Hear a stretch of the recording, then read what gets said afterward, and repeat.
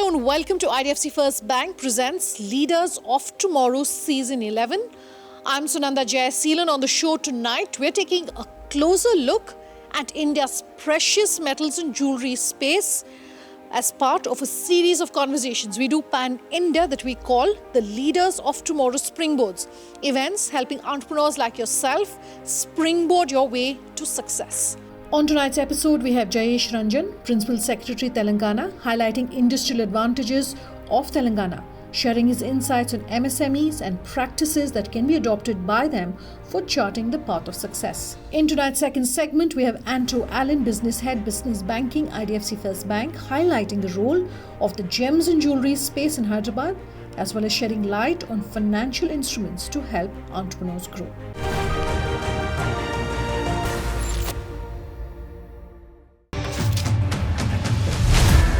A prized jewel in the precious metal space. India's love for gold has strengthened as it became the second largest consumer of the yellow metal. The country's gold and diamond trade contributes about 7.5% to the country's GDP, and our gems and jewelry exports reached $39.14 billion in 2021-22. As the sector helps propel the economy to dazzling heights. Will India achieve the jewelry export target of $70 billion by 2025? Can India's rich heritage be leveraged to make it a key player? What blueprint should the industry follow? I would like to welcome our chief guest this evening, Shri Jayesh Ranjan, Principal Secretary, Telangana. And just as he's walking up on stage to welcome him officially, could I please call up on stage Anto Alan, Business Head, Business Banking, IDFC FIRST Bank, and Rahul Singh, Country Head, Private Banking, IDFC FIRST Bank. Sir, could I kindly request your presence on stage? A round of applause, ladies and gentlemen, for our chief guest this evening, Shri Jayesh Ranjan, Principal Secretary of Telangana. Thank you so much for your time, sir, this evening.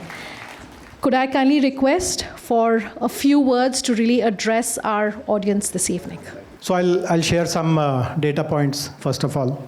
Most of you will be aware that Hyderabad and Telangana are important manufacturing sectors since 7 decades. After country became independent, the Prime Minister at that time, Prime Minister Nehru, he was very enamored with the Soviet model of industrialization, which is that the government itself should run industries. And he chose, one wise decision he took at that time was to decentralize all these government-led industrial activities. So heavy industry, pharmaceutical, machine tooling, some of these industries were located, defense, they got located in and around Hyderabad. And over a period of time, many of these PSUs, they started encouraging local manufacturers to give, to produce components, ancillaries, to become their vendors. And since then, from mid-1950s till now, there are close to 27,000 MSMEs in this state who are into different verticals. The bigger ones are in electronics. I don't know if you're familiar. There's an enclave in Hyderabad called Kushaiguda. Literally in every home, some kind of electronic manufacturing happens. Then we also have very strong MSMEs in plastics, polymers, metals, bonding, and so on, and also life sciences, etc. But of course, there are many others also. To the last count, there were 20 plus sectors where we had MSME presence. Now that is one statistic, 27,000 MSMEs, 27,800 to be precise, working since 7 decades and so on and so. So very strong legacy, and that is one. The other data point is that in the last 7-8 years, Hyderabad has also become a very important center for innovation and entrepreneurship. Many of you would know that while Bangalore has the largest ecosystem, largest number of startups, the largest amount of funding which goes to startups, etc., that is obviously in Bangalore. But the vibrancy, the dynamism, the year-on-year growth that we are witnessing in Hyderabad, a day will not be that far when we will be able to at least match up to Bangalore. So that again is a very important sector or a vertical on which we must keep an eye. But I'm very, very sure that the value which has been added by the 6,500 startups in 7 years is at least 2/3 of what 27,000 MSMEs have done in the last 7 decades. MSMEs should acknowledge that there is a new way of doing business now, which is what these guys are doing. These guys have mastered it, they have excelled it. Second, we have to understand, we have to dive deep into what is that new way of doing business, what are the cross learnings, what can we learn and imbibe. And we are absolutely willing to pivot the same kind of success story for MSMEs also. It's not to say that we are not supporting the MSMEs. There are lots of schemes, there are lots of programs, but as the old proverb goes, it takes two to tango. If MSMEs are willing to up their game, if they're able to understand the new ways of doing business, and with the help of support, which has been exploited and utilized or optimized, let us say, to the fullest by startups here, the same success trajectory can be showcased for MSMEs also. But given the fact that there's a thriving industrial base in Telangana, workforce is available, workforce is skilled, workforce is disciplined, we have lots of locational advantage in terms of being in the center of the country, we have huge logistics benefits, etc. The kind of returns that MSMEs should have shown, that we unfortunately don't see here. And it is not something which cannot be turned around very quickly. In fact, if we just look at the neighboring state of Tamil Nadu, the MSMEs there are outperforming even large companies in some sectors. So it's not to say that MSMEs are we should not focus our attention on them. They are not worth our time and energies. So coming back to the earlier point on what is the new way of doing business, which startups are following, at least successful startups are following, which we need to translate or replicate in the world of MSMEs also. So one is the level of agility that we see in startups. See, as all of us would recall, COVID came as a very big disruption to everyone. Many MSMEs also got affected, but lots of startups, particularly those who were at a very early stage, they also got disrupted. But I have seen a large number of startups using that as an opportunity. They took time to evaluate where are they going, which is the line of activity that they want to pursue.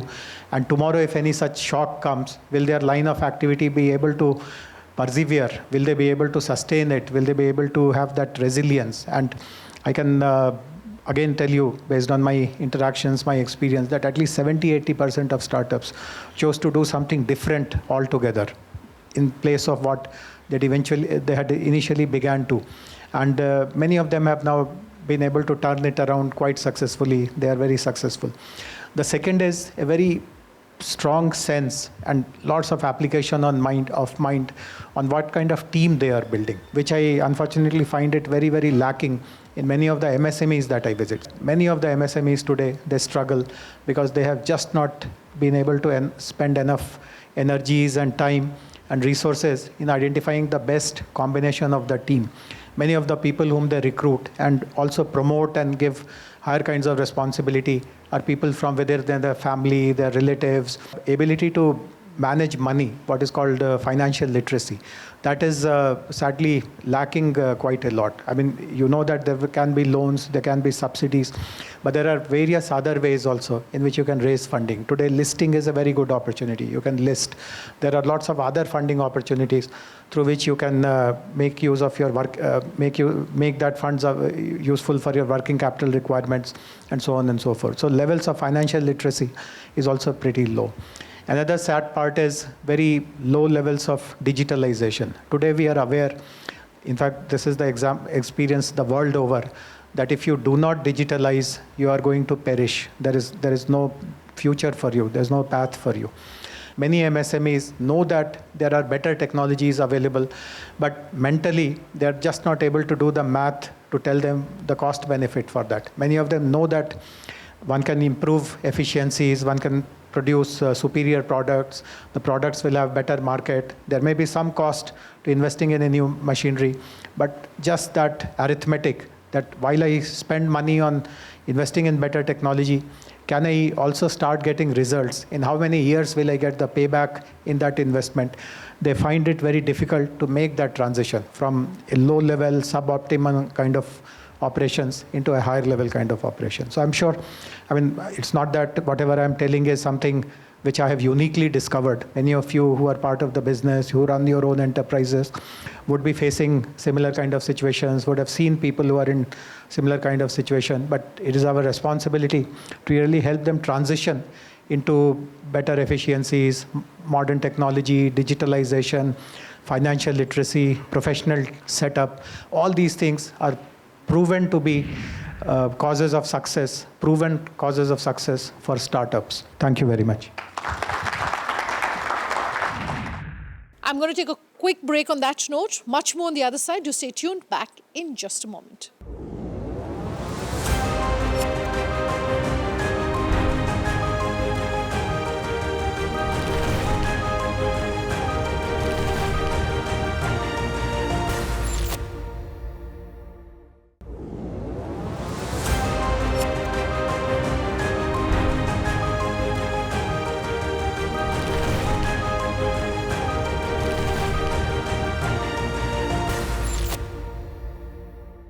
Welcome back. With us here on IDFC FIRST Bank presents Leaders of Tomorrow. You're watching our Springboard from Hyderabad.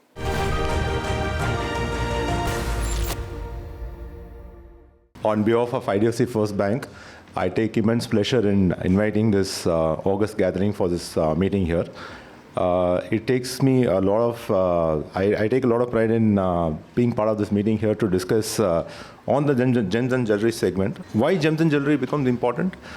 Because obviously India is the largest exporter of gems and jewelry. We are also interestingly the second largest consumer of gold, China obviously being the largest consumer.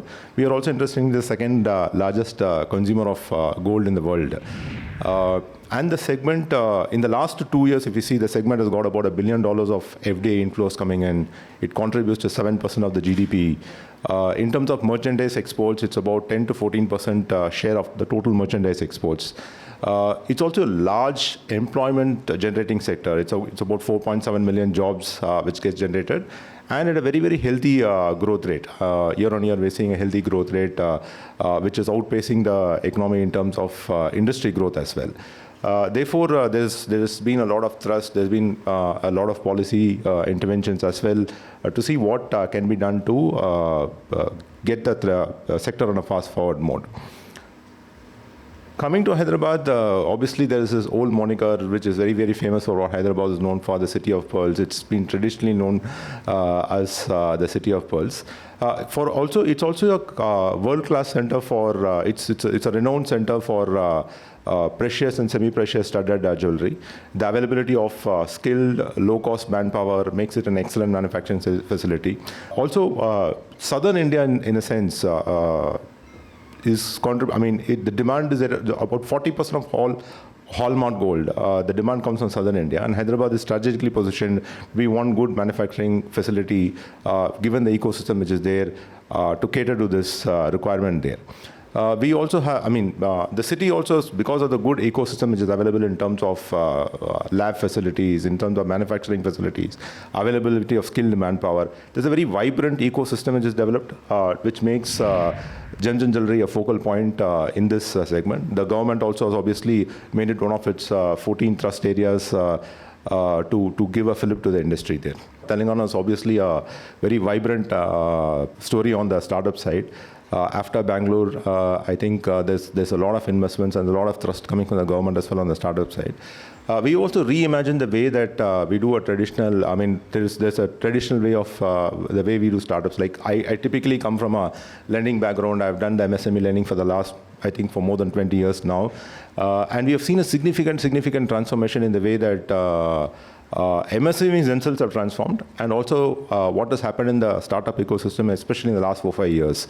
So we also reimagine the way that when we looked at startups, the typical traditional mindset on funding was also used to be that take 3 years of balance sheet, look at profitability for the last 3 years, and then take collateral and then do a LTV against the collateral. That's typically the way the MSME funding used to be. And when we came into the startup industry, then we realized that the kind of growth rates which was there in startups was phenomenally better off. And the kind of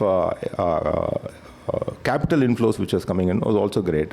But then they were also burning cash in the race to acquire market share. They were also looking to burning cash. So we kind of re-looked at what we do, and then we realized that funding is not also the only thing which is critical for the late one. So then we realized that starting from the current account, where we said 0 charges for the current account, and then we also had a step-up credit card program. We start with a FD on a credit card program, and as the transaction starts changing, then we step up the incremental limit on the credit card.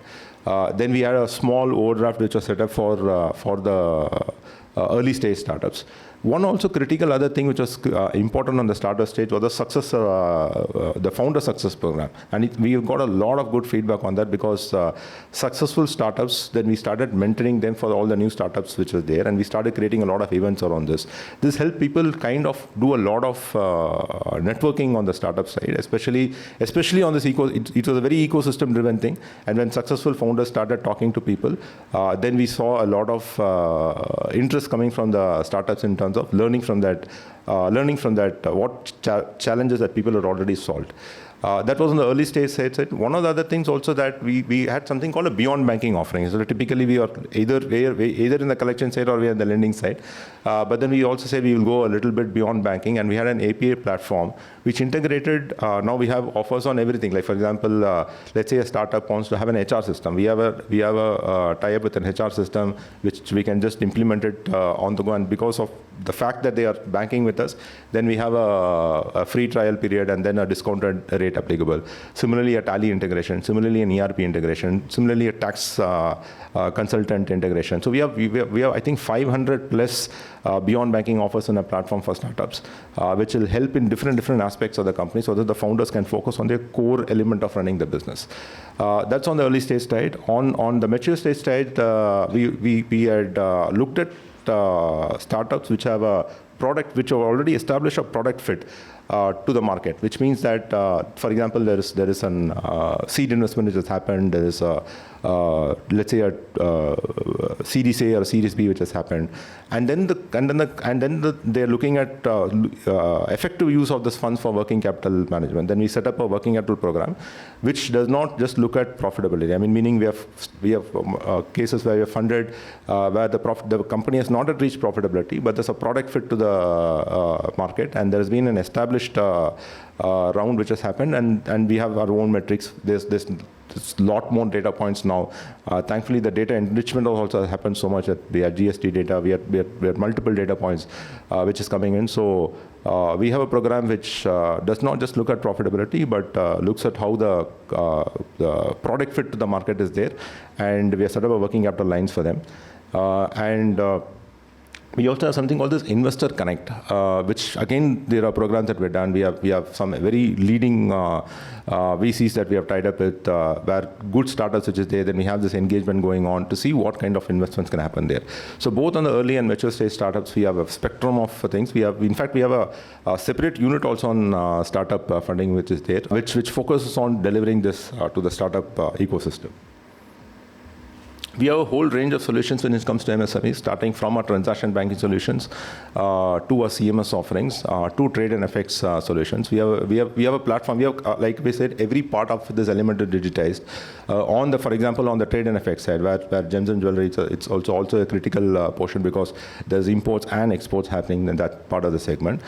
We have a completely automated system for both FX as well as trade, which means that you can see our live rates, which is there on the terminal, and you can book rates directly on your system. You don't have to call anybody. You don't have to have an advisory separately calling you, telling you what the rates are. You can directly book it. Like the way you buy and sell equities, you can fix your FX rates on the system. It makes it very, very transparent. Without whatever is the rate which has been agreed upon, you'll see it on the system. Extremely transparent system. There's nobody which can hike up or lower margins depending upon what the situation is there for the day.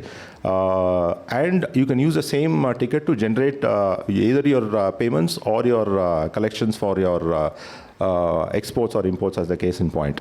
So that's a completely automated system which makes it very fast, transparent, and smooth. So thank you so much for this opportunity, and such a pleasure meeting you all. Thank you so much. That's all we could pack into part one of this very special conversation from Hyderabad, talking about the precious metals space. Here's a sneak peek on what we have lined up on part 2. Hyderabad is seeing a lot of consumption and a lot of demand, but equally seeing a lot of innovation. The people of Hyderabad are very open to experimenting with jewelry. Usually when people think of South, they relate it to our love for gold. But at least in Hyderabad, I must say that people like to experiment. They love their gold, diamonds, pearls, gemstones, and they wear cocktail jewelry, traditional jewelry, and it's really a hotbed for the jewelry industry because you get to experiment, innovate, and also customize to cater to each of the needs. That's all we could pack into tonight's conversations. If you have any feedback for us, do let us know. Our details on your screens as we speak. Thanks for watching. Have a good night.